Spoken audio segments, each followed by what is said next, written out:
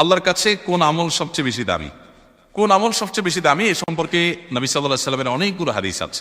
এর ভিতরে একটা হাদিস ছিল, তাকে জিজ্ঞাসা করা হয়েছে আইয়ুল আমালি আফদাল, কোন আমল আল্লাহর কাছে সবচেয়ে শ্রেষ্ঠ উত্তম? তিনি বলেছেন আস-সালাতু লি আউয়ালি ওয়াক্তিহা, আউয়াল ওয়াক্তে নামাজ পড়া।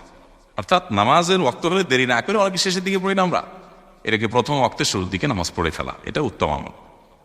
অন্য আরেকজন জিজ্ঞাসা করেছেন নবী সাল্লাল্লাহু আলাইহি ওয়াসাল্লাম ব্যক্তি ভেদে তাকে ভিন্ন কথা বলেছেন। এখন প্রশ্ন হলো তাহলে আরেকজনকে আরেকটা কেন বললেন? হয়তো ওই ব্যক্তির মধ্যে ওই জিনিসটা ত্রুটি ছিল, এই জন্য তার জন্য ওইটা সবচেয়ে উত্তম, ওইটাকে তার রিপেয়ার করা দরকার ছিল, ওইটার কেয়ার করা দরকার ছিল, এই জন্য নবী সাল্লাল্লাহু আলাইহি ওয়াসাল্লাম বলেছেন। বাকি এই উত্তম আমলের তালিকার মধ্যে কিছু জিনিস পাই আমরা, আল্লাহর রাস্তায় জিহাদ, 5 ওয়াক্ত নামাজ সময় মতো আউয়াল ওয়াক্তে আদায় করা, এবং মানুষকে খাদ্য দান করা, বেশি বেশি সালাম দেওয়া, এবং উত্তম আমল উত্তম ব্যক্তির যে তালিকা আছে, আপনি অবাক হবেন এই তালিকাটা অ্যানালাইসিস করলে আমরা দেখি নবী সাল্লাল্লাহু আলাইহি ওয়াসাল্লাম বলেছেন ওই ব্যক্তি উত্তম, তোমাদের মধ্যে উত্তম, তোমাদের মধ্যে শ্রেষ্ঠ। এই তালিকাটা আমি একসাথ করার চেষ্টা করেছি হাদিস থেকে।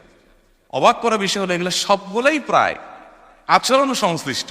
অর্থাৎ আপনি উত্তম মুসলমান হতে হলে উত্তম আচরণ আলা হতে হবে, মানুষের অধিকার করে সচেতন হতে হবে, ভালো মানুষ হতে হবে, আপনি কর্তব্য পরায়ণ হতে হবে, আপনি মানুষ দায়িত্বশীল হতে হবে, আপনি কারোর হক নষ্ট করতে পারবেন না, আপনি সব দিক থেকে একদম ভালো মানুষের পরিপূর্ণ রূপ আপনার মধ্যে আনতে হবে, তারপরে আপনি আল্লাহর কাছে ভালো হতে পারবেন। তাহলে ইবাদত বন্দেগী নয়, বরং আল্লাহর কাছে এবং নবী সাল্লাল্লাহু আলাইহি ওয়াসাল্লামের কাছে সবচেয়ে প্রিয় শ্রেষ্ঠ মানুষ পাওয়ার জন্য ইবাদত বন্দেগী তো মৌলিক লাগবে, সেটা আবার ভুল না বুঝি।